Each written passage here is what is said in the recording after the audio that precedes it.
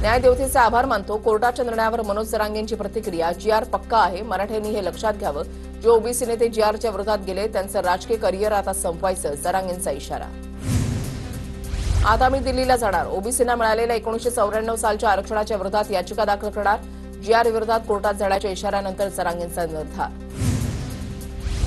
1994च्या जीआरला challenge करण्याचं जरांगेंचं वक्तव्य बालिशपणाचं. जरांगेंनी केलेल्या विधानावर प्रकाश शेंडेंकडून टीका. ओबीसींना मिळालेलं आरक्षण 42 वर्षांच्या परिश्रमातून मिळालं हे जरांगेला माहिती नसल्याचंही केलं वक्तव्य. आमची घरं उद्ध्वस्त केली तर आम्ही मागे लागणार. भुजबळांमुळे ओबीसींचं वाटोळं होणार, जरांगेंचा हल्लाबोल. मराठा आपला दुश्मन नाही आणि हा काही मराठ्यांचा नेता नाही. मनोज जरांगेंचं नाव न घेता छगन भुजबळांची टीका.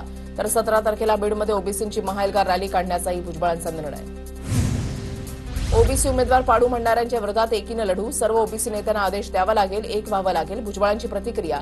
तर मराठा जीआर रद्द करणं यावर आपला फोकस ठेवा, भुजबळांचं वक्तव्य. ओबीसी संघटनांनी कोर्टामध्ये 3 याचिका केल्यात. आमची याचिका निकाली काढण्याच्या ऐवजी स्थगिती देण्यात आली. आता आम्ही सुप्रीम कोर्टात याचिका दाखल करणार, विजय वडेट्टीवारांची माहिती. आम्ही कोणत्याही ओबीसी नेत्याला संपू देणार नाही, बबनराव तायवाडे यांचं वक्तव्य. काही वक्तव्य करून लक्ष केंद्रित करण्याचा जरांगेंचा स्वभाव, तायवाडेंची टीका. राजकारण करण्याची आता वेळ नाही, हाकेंचा ओबीसी नेत्यांना सल्ला. भुजबळ वडेट्टीवार ओबीसींविषयी ठाम भूमिका मांडतायत. आता भूमिका मांडून उपयोग नाही, जाहीरपणे राजीनामे द्यायला हवे होते, लक्ष्मण हाकेंची टीका. हैदराबाद गॅझेटचा निर्णय मुंबई उच्च न्यायालयानं स्वीकारला. जीआर संदर्भातील हायकोर्टाच्या निर्णयाचं स्वागत करतो.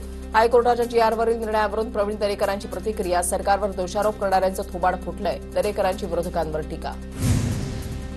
मदत जाहीर झाल्यानंतर शेतकऱ्यांचा अपेक्षाभंग झालाय. मुख्यमंत्र्यांची भेट घेऊन नुकसानीबाबत प्रस्ताव देणार. परजंग सोनवणेंची प्रतिक्रिया. पंजाबप्रमाणे मदत मिळायला पाहिजे होती, सोनवणेंचं मत. याचिकाकर्त्यांनी दिलेल्या अॅफिडेव्हिटवर राज्य सरकारला उत्तर द्यावं लागणार. राज्य सरकारच्या उत्तरानंतर अंतिम स्थगितीवर कोर्ट निर्णय घेईल. मराठा कुणबी जीआर विरोधातील आव्हान याचिका फेटाळल्यानंतर मराठा महासंघाच्या राजेंद्र कोठरेंची प्रतिक्रिया. शिवसेना धनुष्यबाण चिन्हाबाबत आज सर्वोच्च न्यायालयामध्ये अंतिम सुनावणी. जस्टिस सूर्यकांत आज नक्की सुनावणी घेतील अशी अपेक्षा. संविधानासोबत अनैतिकता करून सत्तेच्या हवेमध्ये असलेल्या शिंदेंचं विमान न्यायालय जमिनीवर पाडणार का, लवकरच कळेल, अॅडव्होकेट असीम सरोदेंचं वक्तव्य.